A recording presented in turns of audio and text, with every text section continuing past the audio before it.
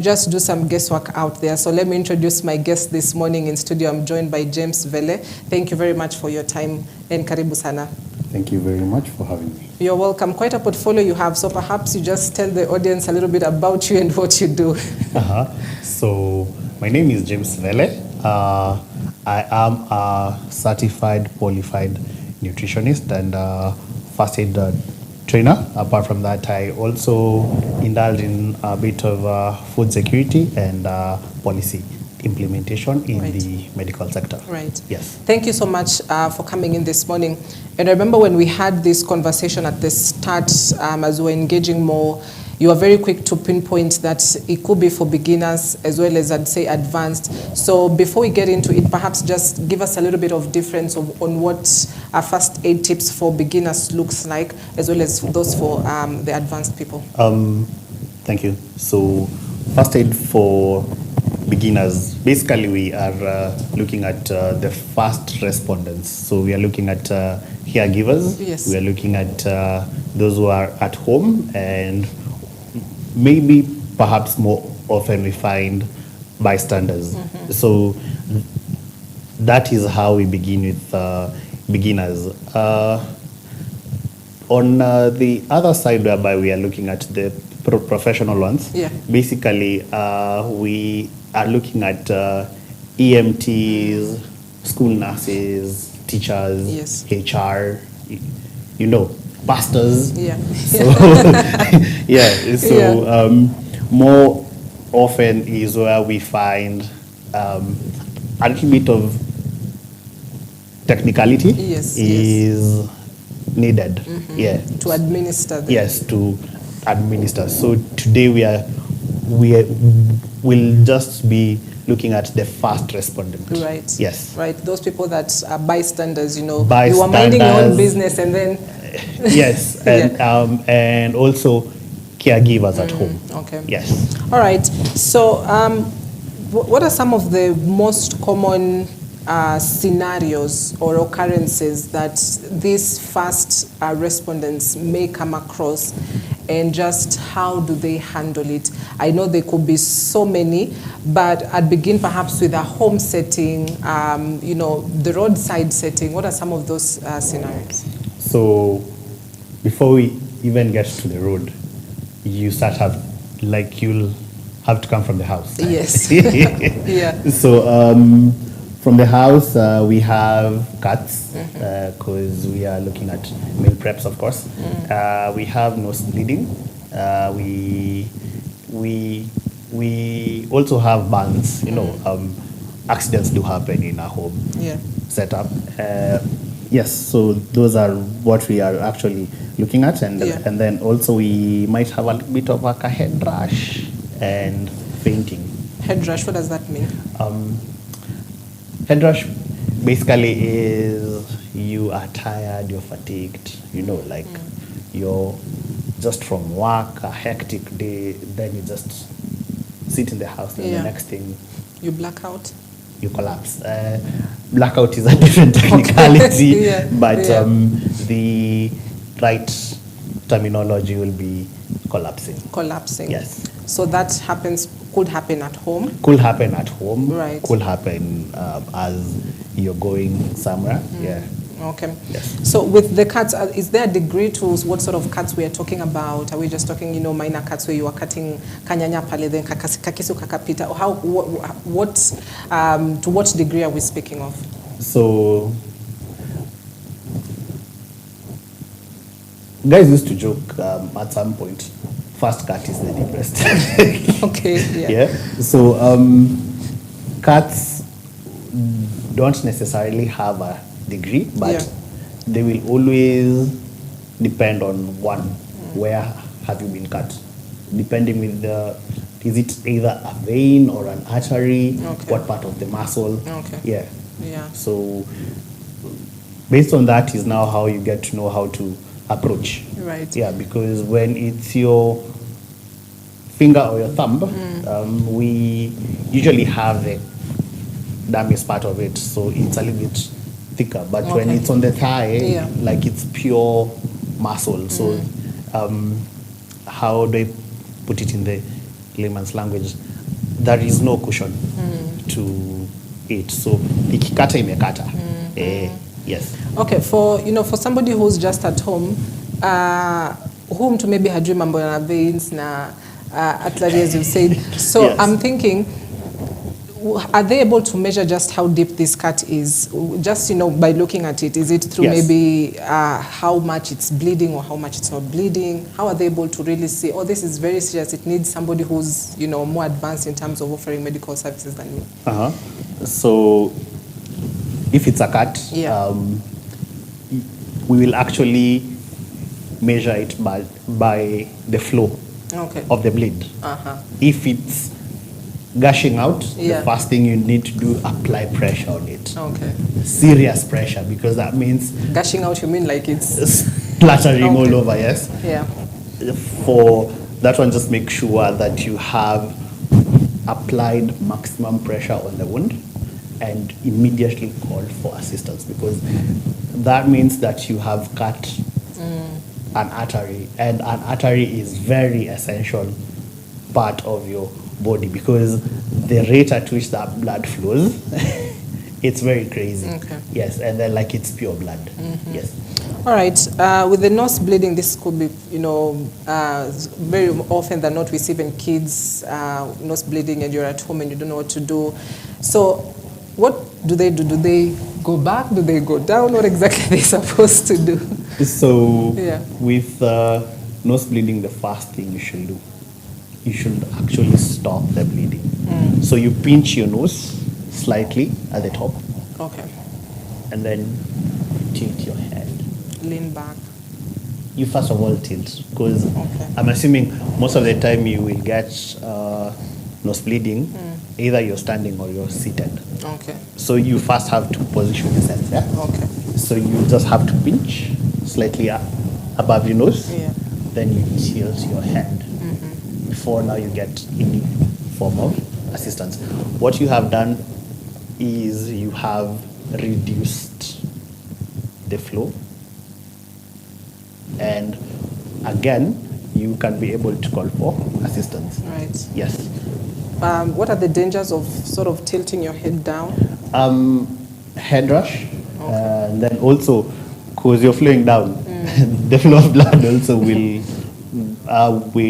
go down. But at the same time, the main reason why we say you tilt is for you to be able now to breathe with your mouth nicely. Yeah. Because if you don't do the right way, you might end up either choking on blood, because I'm trying to look for a simple A simple term. layman's Right. language, or rather terminology. So from our basic science when we were kids, we know that the nose comes to the larynx, then the trachea and everything. So all this is part of the GIT.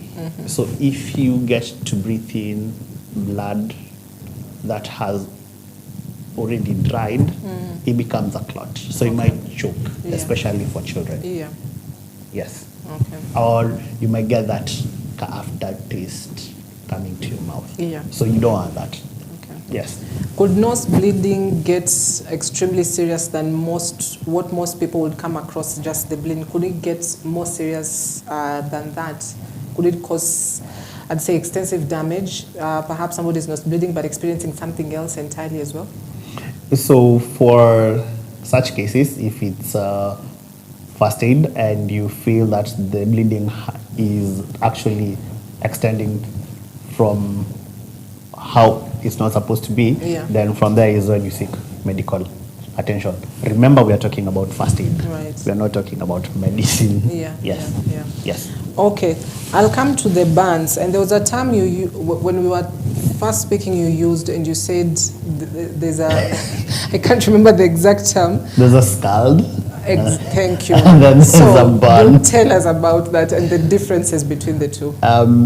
So burns are of different categories, yeah?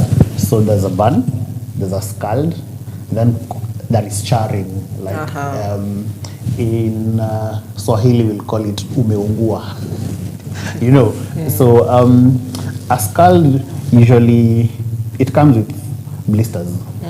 Yeah, and then now there is the actual burn, like the skin and the muscle are burnt. Like you can see the burn how it is, Yeah.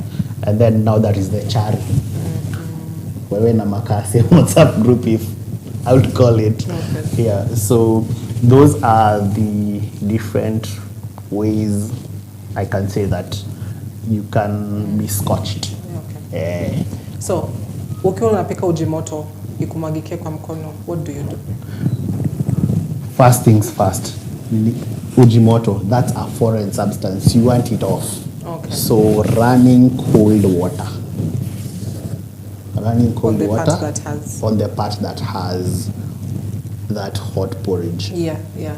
So what it does is first it gets away the porridge okay. for you to actually get to see the damage.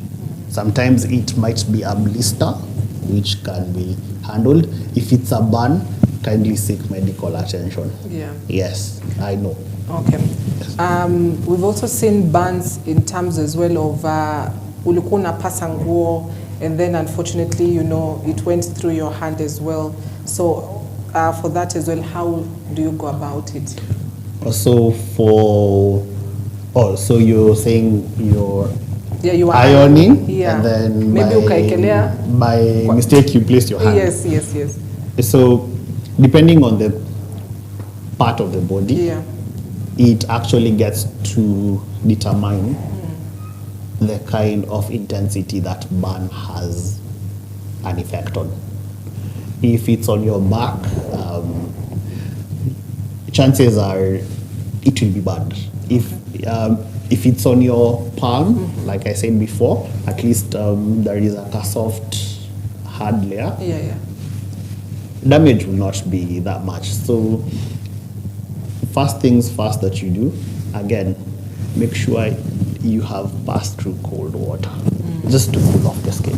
So water sort of cools off. Cools Yeah. off, gives you a nice effect, because one, this is heat, Yeah. and you can imagine the pain that comes with the heat. Yeah, So yeah.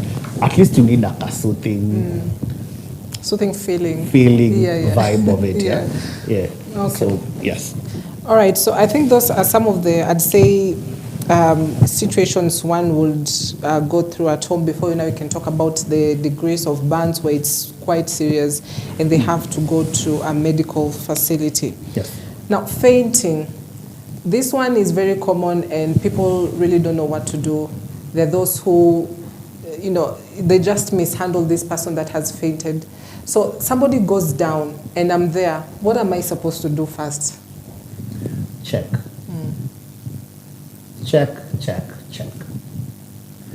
Check. If is the person breathing? Is the person responsive? Yeah. Then from there you can get to know. Then you get also to examine from head to toe. The person has fainted. He has fallen down. Does he have any sort of bleeding? Does he have a fracture? Because sometimes unaweza anguka the wrong way. If I may do just a little bit of mixing, you might find that you have fallen on the ground and maybe your arm might twist or have a fracture. So it's also nice for you to examine the person before now you get to administer first aid to them. So the main reason why we say you check, the person might not have fainted, but he might have collapsed. Okay. So you're checking for airway. So there's a difference between fainting and collapsing. Yes. Okay. So when you get to see the person is unconscious, let's use the word. Okay. So you have to check airway. Is the person breathing? And how do you do that? We will get that to the second segment, whereby we'll actually get to determine. But always check. Do an exterior assessment Of this person. Of this person. Do you have to carry them from the scene immediately? Because normally maybe they've gone unconscious in the sun, and then they're like, let's carry this person to the shed. Is that the right thing to do? Yes.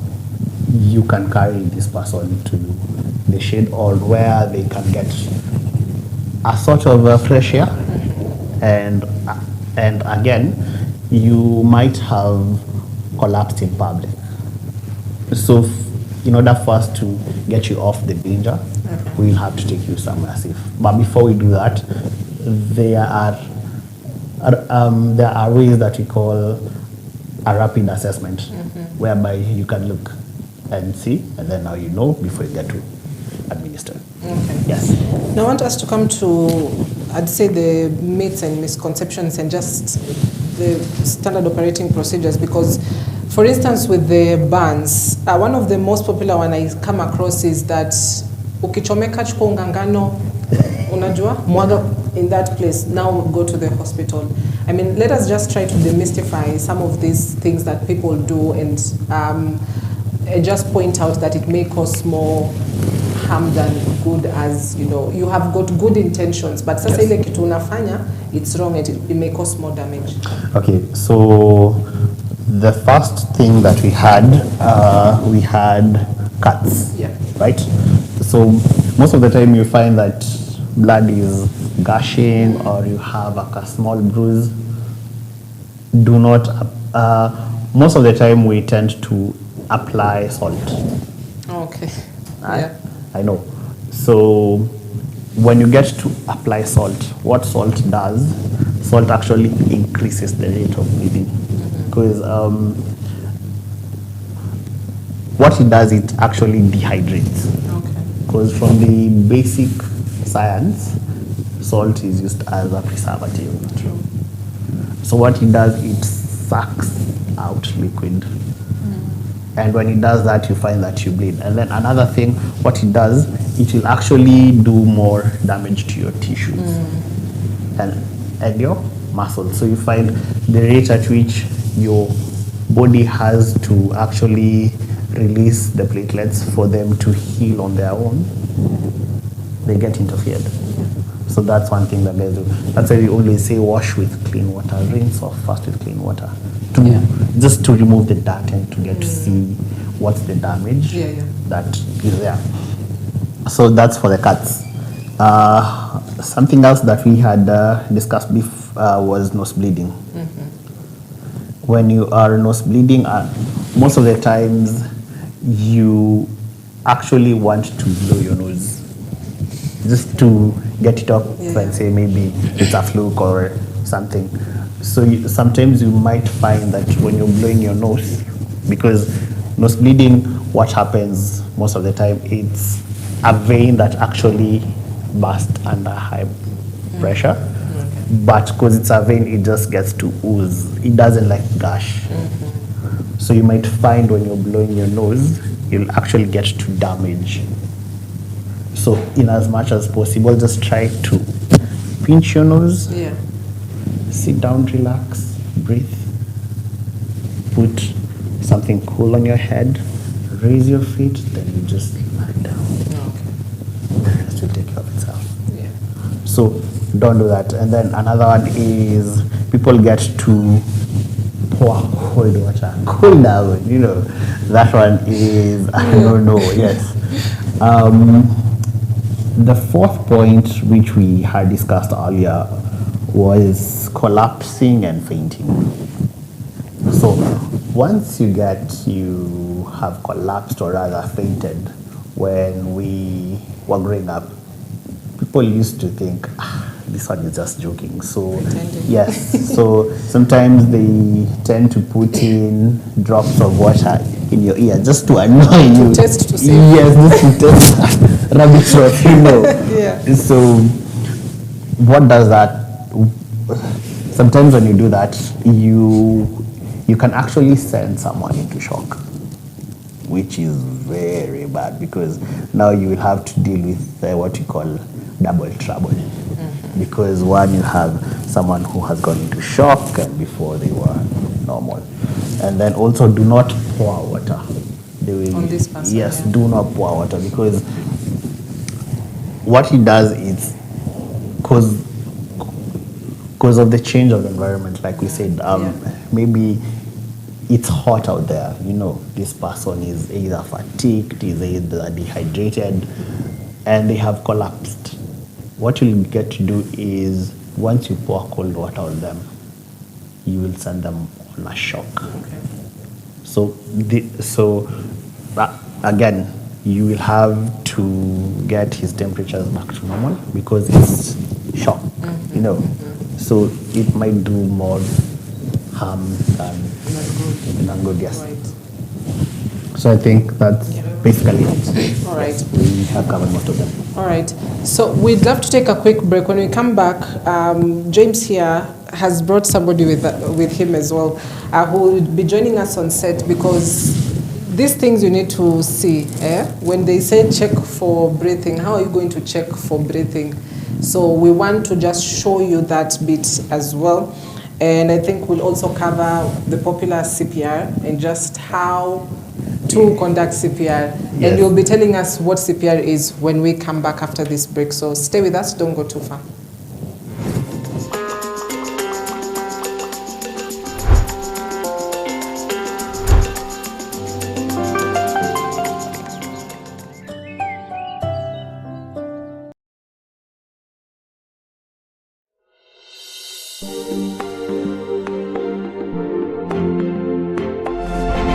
You are watching EBN TV, transforming your world.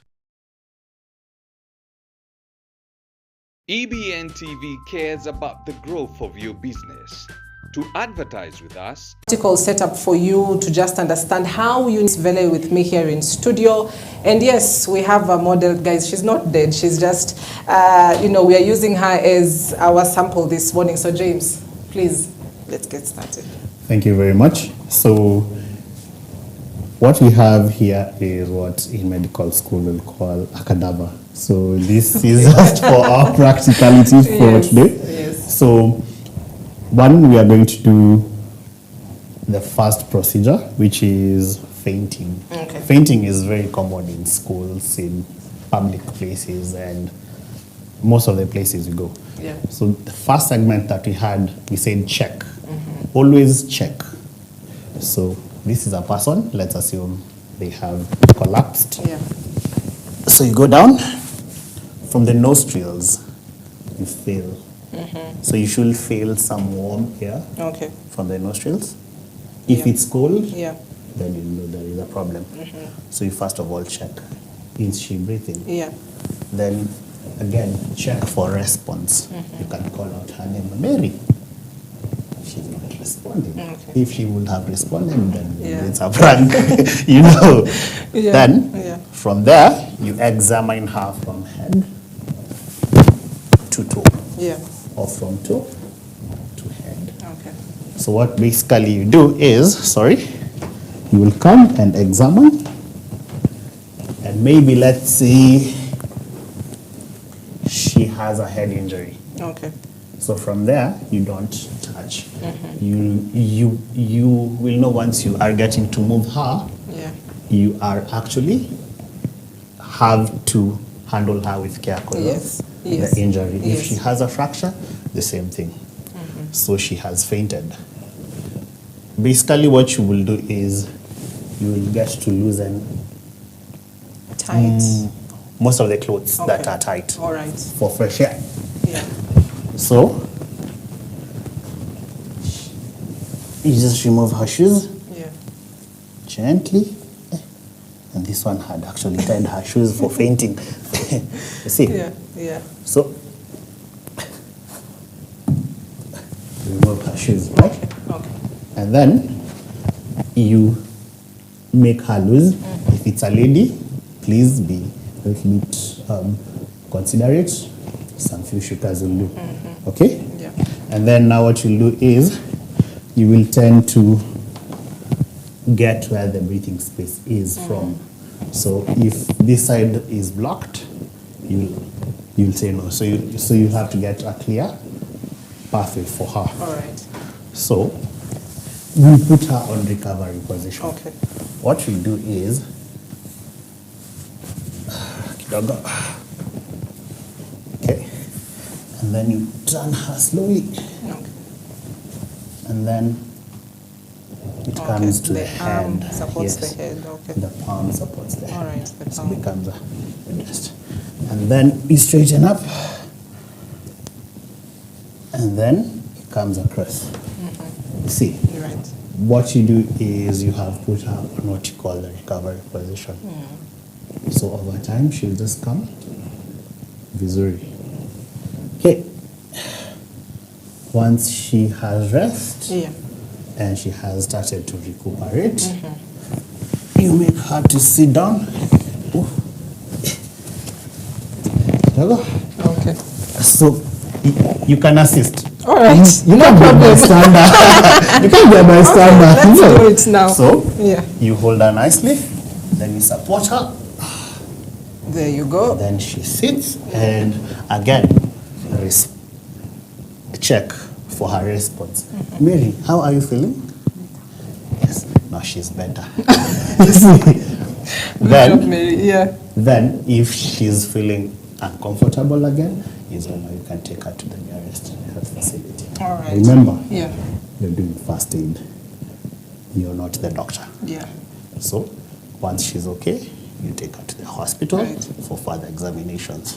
Okay? Okay. Okay. Now, Mary, just lie down again. We'll go through another procedure. Okay. So that was fainting. Yeah. Another common thing that we have discussed. I know we have cats. So for cats, what you do, once you get to rinse off, I know we don't have cold water nearby, but once you get to rinse off, how you clean the wound, you clean from inside going outwards, because you want to get any foreign objects that might be on the Okay. wound, Yeah. you get them off. So that means if there's a cut here, I put it underwater for it to go down? or Yes, so Yeah. what you'll do is just you'll wash it. Okay. And if you're bleeding from your arm to your wrist, you'll actually get to apply a little bit of pressure here so that you may bleed out. Then now you clean. But even before you clean, remember at home, it's always nice to have gloves and Yeah. a first aid kit Yeah. every single time, because you have also to protect yourself in as much as you want to help this other person. Yeah. Yes? Yes. Yes. All right. Okay. So I believe we can now get to CPR. CPR, not really. Yeah. But there's one thing that we have actually forgotten: choking. Oh, yes. Yes. Absolutely. We all go to functions. We all have kids. Mfupa ya nyama. Mfupa ya nyama, unajua ama Yeah. ulisikia kiwaru. Come on. No pun Yes. intended. Yeah. No pun intended. So, Yeah. Mary, if I could help you out. So choking is of two dimensions. Okay. We have choking in kids, we have choking in adults. Choking in kids, that one mostly is for caregivers. So today we are going to handle choking in adults. Okay. How does it go about? This is Mary. Yes. Mary is choking. So Mary, if you could turn kidogo. So if someone is choking, Yeah. of course, that means that the airway is obstructed. Yeah, it's blocked. Yeah. And when the airway is obstructed, this means this person can either collapse because of choking, or they can go in an instant. So what you do most of the times is we tend to give out, or rather give in a lot of water. To gush it down. Iteremuke. Yes, iteremke. Yeah. Yes, but most of the time you find that he will have, again, like we said, double tragedy. Either he will choke, at the same time he will drown, Okay. because you are pouring in a lot of water and he can't breathe and everything. Yeah, yeah. So what you do, if a person is choking, you go at the sternum, right here. Okay. So you count 1, 2. Two. See? Yeah. So this is the maximum you can go. So you give 5 taps. You see how my hand is? You see how my hand is? So you give 5 taps. Very hard ones. And don't box. Don't box. And don't do with the palm. Yes. Yeah. Don't do the palm. Okay. You just use the line of your index finger, and then you give a nice chop. Kidogo tu. Just you know. Sasa hata imeteremka, nimegonga ikateremka. So you give 1, 2, 3, 4, 5. Okay. You see? Yeah. So like we say, we count 1, 2. So this should be the maximum. So it's 1, 2, 3, 4, 5. Okay. Sawa. Yeah. So if it persists, then we do something which is called a chokehold. So if you could turn kindly to the camera. Yeah. So this is how I'll hold my hands. I will lock them. Okay. I will intertwine, if you can see. See how my hands are? So you hold the person. So in between the belly and the chest area, in between the diaphragm. So you can just feel. So what you're going to do is you're going to make her churn out whatever is there. Yeah. So you see where I'm holding? Yeah. Then you put your right foot Okay. just right behind her back for the support. You Yeah. see? Yeah. So in between. And then don't squeeze. If you squeeze, you actually tend to mess around with it, and you can actually get more. Yeah? So what you do, you're going to squeeze up. Upwards. You're going to squeeze up. Yeah, you see. So your leg, it's behind. Then you shut up. We call it churning because when you're squeezing, you'll actually use your muscles. But what you're doing, you're using your palm. Okay? So I don't know if we can do it from the side. Yeah, sure. Go ahead. Okay. So this is my leg. My right leg and my knee and thigh are supporting. And then you churn up. You see? So you churn. So whatever is blocking, you're just giving it. And it's supposed to come out. And it's supposed to right? come out. Yeah. Yes. So if you can see, once we say you're squeezing, you'll actually get to hurt her ribs. You see? And you won't have the support, so you just squeeze like a doll. You see? But if you lock, then in between the chest and the diaphragm, then you churn. You see? So you do it like 5 times until it's coming. Okay. So do not squeeze. Once you squeeze, you'll injure the person's rib. Yeah. So maybe you can try. Father Lord. Let's so, see. 1 foot at the center. Yes. In between her legs for support. Yeah. And then, don't be afraid. Then you lock. Lock. Once you lock, you'll actually feel, not the belly, but right. the chest. Yeah. And then now you push towards as you churn out. Yes. Okay, that's 1. Yes. 2. No, just hold nicely. Okay. And then, yes, you hold firmly. And then now you churn up. Yes. All right. Yes. Okay. See, so what you're doing is actually you're trying to force it out because your body has muscles. Okay. So the muscles are going against. Yeah, so no squeezing of ribs. No squeezing of ribs. Do not squeeze. And don't use your... And don't use your palm. Do not slap your neighbor. So you will just cut nicely. Yes. Okay. So to the CPR. To the CPR, Okay. as we wrap it up. Okay, as we wrap it up. Yes. So CPR. Do I What's use CPR in full? cardiopulmonary resuscitation? We rusungu si mdomo changu. You've done well. Mtu hata hawezi jua. Cardiopulmonary resuscitation. So in instances where we use CPR is when a person is not responding. Okay. Like we said earlier, once you check for the air and you find that it's cold air, this person is not breathing. So what do you do next? Where is your heart? Where is your heart situated? On the left side? On the left side. Right. So, you come and look. So this will be, your right should be on your left and your left should be on your right. Okay. Once you're looking. So you'll come and you'll listen. Is the person breathing? Yeah. Is the person breathing? They are not. So kindly, let's look. You have your right hand and you have your left hand. So your left hand comes and intertwines in between the spaces. Then your heart should be slightly below here. Okay. So do not squeeze again with your palm.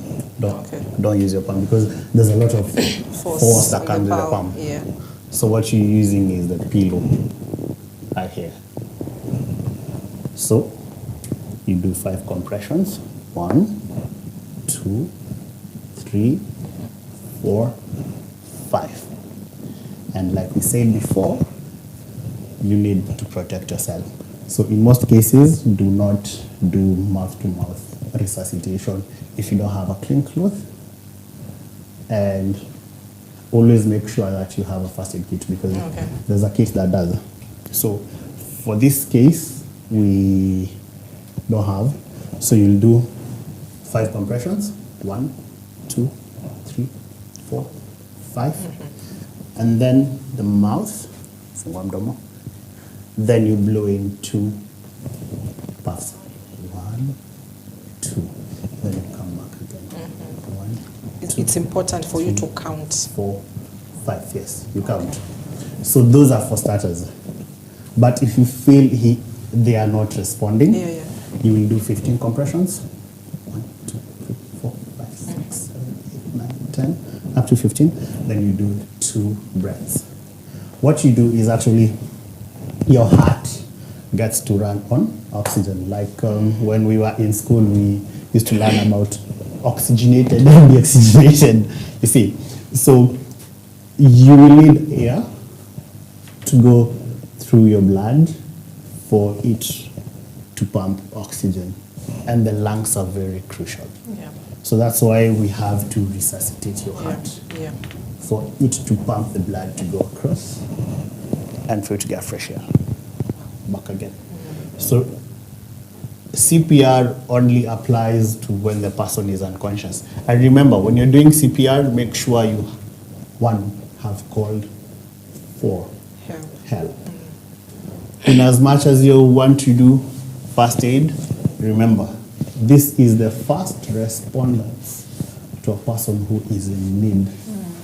So if you're the first respondent, at the same time, make sure that you have called for help. Either wite majirani wakusaidia, you go call for medical assistance. Yes. Brilliant. Thank you. And I love that disclaimer because I think people will. Thank you, Mary, by the way, for you coming in studio with James this morning. Now, the disclaimer is very important because just because we've done it here does not mean now that we've given you permission to go ahead and do it everywhere. And, no, it's just we are giving you the tips, but this is something actually you can go and get training on. There are courses, certificate courses that you can actually go and get training on so that you can be also one of the people at the forefront in, helping medical, institutions and medical personnel. So as we wrap it up, James, final word. Final words are, 1, first aid is very crucial. First aid is very crucial because you get to save life. Those few seconds really mean a lot. 2, if you're not prepared, call for assistance. Call for assistance. It might not look that you have done a lot, but you have done a lot just by calling. Then, last and foremost, let's be safe. In whatever we do, check. Even if you are cooking, check. Do not get your mind off.